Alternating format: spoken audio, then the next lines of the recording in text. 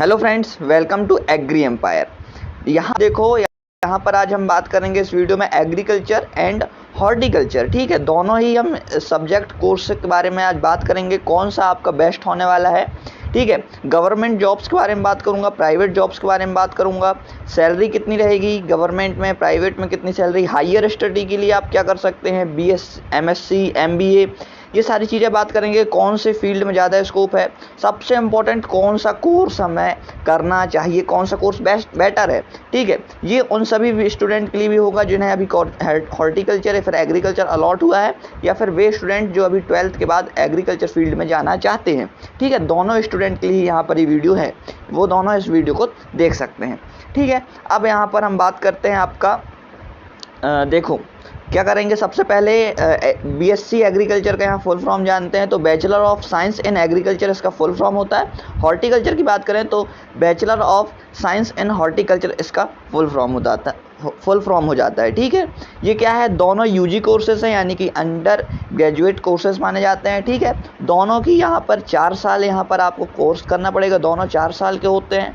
आपको पता है हॉर्टिकल्चर भी 4 साल का होगा एंड एग्रीकल्चर भी आपका 4 साल का होगा। ठीक है, अगर अब आपका BSc तो कंप्लीट हो गया, अगर आपको अब इसमें हायर स्टडी करना है तो आप क्या कर सकते हो, तो आप एग्रीकल्चर से MSc एग्रीकल्चर कर सकते हो।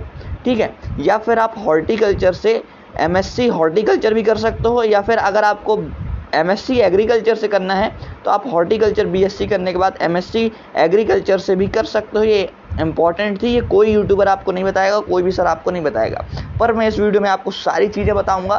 ठीक है, एकदम अपना मानकर। ठीक है, तो अगर आपको हॉर्टिकल्चर अभी मिल गया और आपको एग्रीकल्चर जाना है तो आप MSc एग्रीकल्चर कर सकते हैं। अभी BSc आप 4 साल की हॉर्टिकल्चर कर लीजिए, उसके बाद MSc आपकी 3 इयर्स की होती है, आप MSc एग्रीकल्चर फील्ड में जा सकते हैं। बिल्कुल ठीक है, MSc के अलावा आप MBA भी कर सकते हैं, एग्रीकल्चर से हो तो, और हॉर्टिकल्चर से हो तो भी आप MBA कर सकते हैं।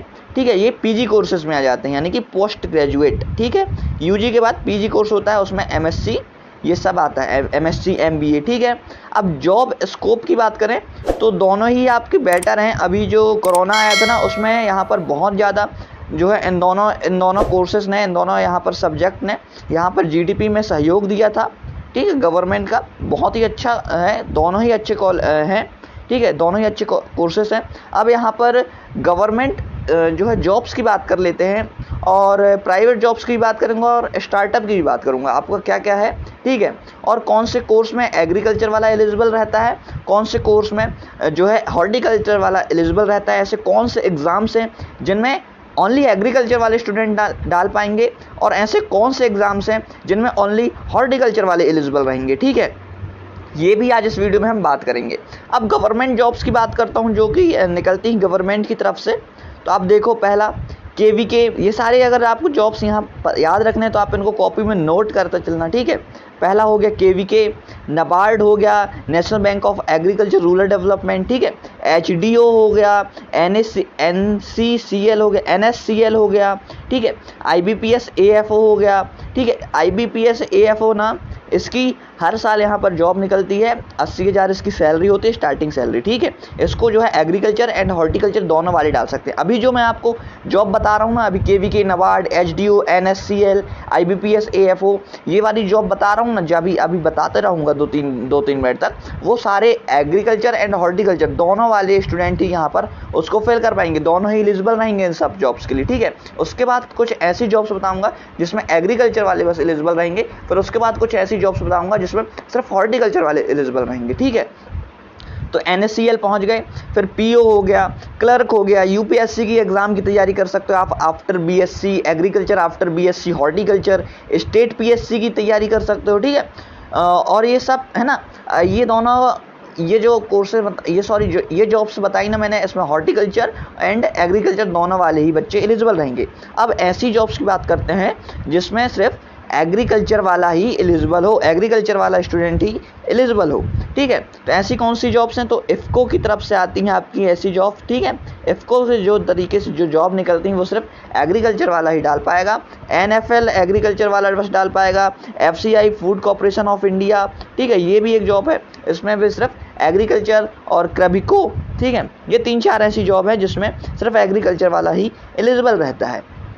याद रखना, या फिर से इस वीडियो को फिर से एक बार रिवर्स में देख लो ताकि आपको ये सारी जॉब्स याद रहें, या फिर से एक बार नोट भी कर सकते हो अपनी कॉपी में, ताकि आप अगर after BSc agriculture, after MS horticulture करते हो आप, बीएससी हॉर्टिकल्चर, तो आपको ये सारी जॉब्स याद रहें, या फिर आप अभी से इनकी प्रिपरेशन में जुट सकते हो। ठीक है, अब हॉर्टिकल्चर की बात कर लें तो हॉर्टिकल्चर असिस्टेंट एक ऐसी जॉब है, HA जो ऐसी जॉब है जिसमें सिर्फ हॉर्टिकल्चर वाले ही बच्चे एलिजिबल रहेंगे।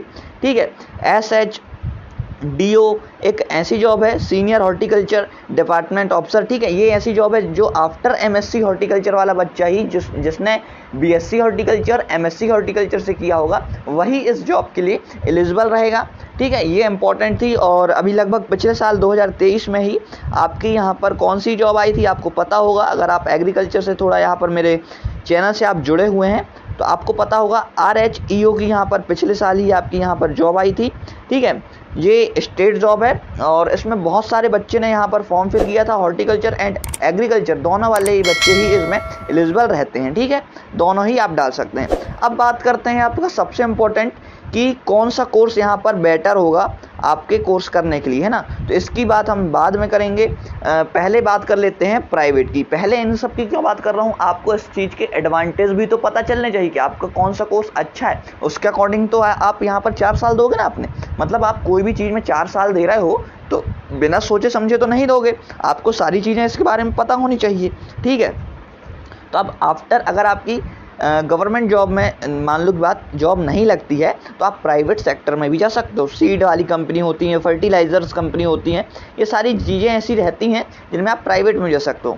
प्राइवेट की सैलरी की बात करें तो आपका यहाँ पर अगर आप फ्रेशर हो, यानी कि आफ्टर BSc एग्रीकल्चर या आफ्टर हॉर्टिकल्चर, यहाँ पर आफ्टर BSc हॉर्टिकल्चर अगर आप फ्रेशर हो तो आपको उतना ज़्यादा एक्सपीरियंस नहीं है, तो कंपनी क्या सोचेगी, अभी इन्हें ज़्यादा एक्सपीरियंस नहीं है, हम इन्हीं स्टूडेंट को रख कर यहाँ पर इनसे ज़्यादा काम ले लेते हैं। ठीक है, तो आपको BSc एग्रीकल्चर के बाद यहाँ पर आफ्टर BSc एग्रीकल्चर के बाद प्राइवेट में कितनी सैलरी मिलती है आपको बताता हूँ।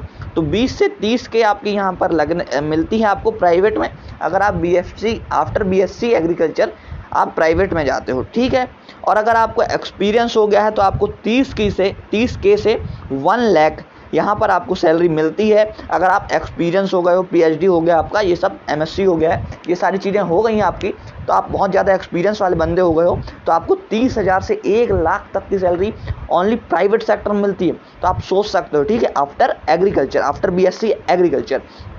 अब बात करते हैं आफ्टर BSc हॉर्टिकल्चर भी वाले यहाँ पीछे नहीं है। ठीक है, आफ्टर हॉर्टिकल्चर के बाद भी बहुत सारी जॉब्स रहती हैं प्राइवेट में जिन्हें यहाँ पर हॉर्टिकल्चर वाले भी अच्छे पैसे छाप रहे हैं। ठीक है, आफ्टर BSc हॉर्टिकल्चर आप 18K से 25K यहाँ आप प्राइवेट में छाप सकते हो, यानी कि आप कमा सकते हो। ठीक है, प्राइवेट में अगर जाना चाहो आप आफ्टर BSc हॉर्टिकल्चर फ्रेशर हो तो आप तो 18 से 25,000 आपको कोई भी कंपनी आपको देगा। ठीक है, देगी आपको यहाँ पर। और अगर आप एक्सपीरियंस होगा तो आपको 38,000 से 38K देखो 38K से 1 लाख अप टू 1 लाख तक आपको यहाँ पर सैलरी मिलने वाली है। अगर आप जो है एक्सपीरियंस वाले व्यक्ति हो, अच्छी आपकी नॉलेज है, अच्छी खासी आपकी नॉलेज है किसी एक सेक्टर में, किसी एक सब्जेक्ट में। ठीक है, तो यहाँ पर हॉर्टिकल्चर वाले भी कहीं तरीके से कोई पीछे नहीं है, दोनों ही यहाँ पर कोर्स बेटर है। अब यहाँ पर सबसे इम्पोर्टेंट बात कर लें, कौन सा कोर्स यहाँ पर आपके लिए सुटेबल होगा, कौन सा कोर्स आपके लिए बहुत ही अच्छा होने वाला है।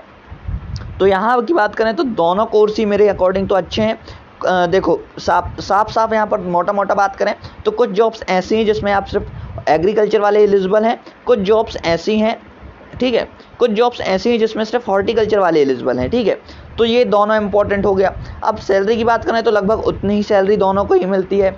बाकी यहाँ पर अगर कुछ ओवरऑल मान के चलें तो लगभग 5% आपका एग्रीकल्चर ज़्यादा अच्छा है हॉर्टिकल्चर से। ठीक है, यानी कि अगर किसी स्टूडेंट को प्रेफरेंस में कोई भी स्टूडेंट क्या भरता है, एग्रीकल्चर भरता है ना, अगर ओवरऑल बात करें तो लगभग 5% आपका एग्रीकल्चर ज़्यादा अच्छा माना जाता है हॉर्टिकल्चर से। बाकी यहाँ पर हॉर्टिकल्चर भी अच्छा है, बिल्कुल अच्छा है। यहाँ पर बहुत सारे स्टूडेंट की ये सोच है कि ओनली एग्रीकल्चर ही अच्छा होता है, तो ये नहीं, एग्रीकल्चर अच्छा है मानता हूँ, बाकी हॉर्टिकल्चर भी कहीं से पीछे नहीं है। ठीक है, तो आप हॉर्टिकल्चर भी ले सकते हो अगर आपको हॉर्टिकल्चर नहीं मिलता है। अब बात करते हैं अगर आपको चित्रकूट में जो अभी काउंसलिंग चल रही है आपकी, उसमें एग्रीकल्चर मिल सकता है। और अगर आपको MPPAT में एग्रीकल्चर में हॉर्टिकल्चर मिल गया है, तो आप क्या कर सकते हो, अगर आप वहाँ पर अगर आपको पेमेंट सीट मिल गई है MPPAT में और अगर आपने फ़ीस भर दी है, तो आप मेरे अकॉर्डिंग अपनी फ़ीस यहाँ पर गवाओ मत, अपना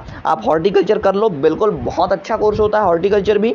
और अगर आपने फ़ीस पेमेंट नहीं की है या फिर आपका सिलेक्शन नहीं हुआ है, तो आप बिल्कुल चित्रकूट जा सकते हो एग्रीकल्चर लेने, है ना। तो मेरे अकॉर्डिंग यहाँ पर दोनों ही कोर्स बेटर हैं। आपको क्या लगता है, आपके अकॉर्डिंग कौन सा कोर्स अच्छा होना चाहिए, और आप किस कोर्स को यहाँ पर कर रहे हो, BSc एग्रीकल्चर कर रहे हो कि BSc हॉर्टिकल्चर कर रहे हो, कमेंट में ज़रूर बताना।